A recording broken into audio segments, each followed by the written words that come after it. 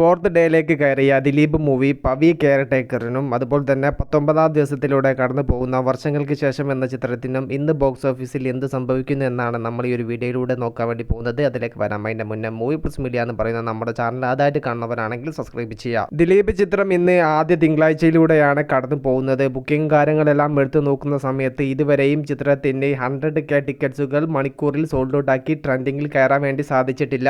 ഇന്നലെ ഞായറാഴ്ച book my show ആപ്പിലൂടെ മാത്രം 24 മണിക്കൂറിൽ 33,000-ന് മുകളിൽ ടിക്കറ്റ്സുകൾ സോൾഡ് ഔട്ട് ആയിട്ടുണ്ടായിരുന്നു. എന്നാൽ ഇന്ന് ആ ഒരു മികവ് നിലനിർത്താൻ ചിത്രത്തിന് സാധിച്ചിട്ടില്ല. എന്നാൽ 19ാം ദിവസത്തിലൂടെ കടന്നു പോകുന്ന വർഷങ്ങൾക്ക് ശേഷം എന്ന ചിത്രത്തിനും സമാനമായ ഒരു കളക്ഷൻ ഇടിവ് തന്നെയാണ് ഇന്നലത്തെ അപേക്ഷിച്ച് ഇന്ന് കാണാൻ സാധിച്ചിട്ടുള്ളത്.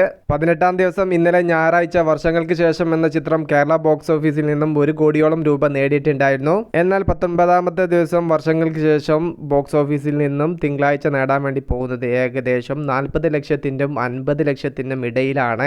പവി കെയർ ടേക്കർ എന്ന് പറയുന്ന ദിലീപ് ചിത്രം 4ാമത്തെ ദിവസം തിങ്കളാഴ്ച ബോക്സ് ഓഫീസിൽ നിന്നും നേടാൻ പോകുന്നത് ഏകദേശം 60 ലക്ഷത്തിനും 65 ലക്ഷത്തിൻ്റെയും ഇടയിലാണ്. ഓർക്കുക, 2 ദിവസത്തിൻ്റെയും ഡേറ്റ്, ഒന്ന് 4ാമത്തെ ദിവസവും മറ്റത് 19ാമത്തെ ദിവസവുമാണ്. വേൾഡ് വൈഡിൽ നിന്ന് 78 കോടിയോളം രൂപയാണ് വർഷങ്ങൾക്ക് ശേഷം എന്ന ചിത്രത്തിന് ഇതുവരെയും നേടാൻ സാധിച്ചത്.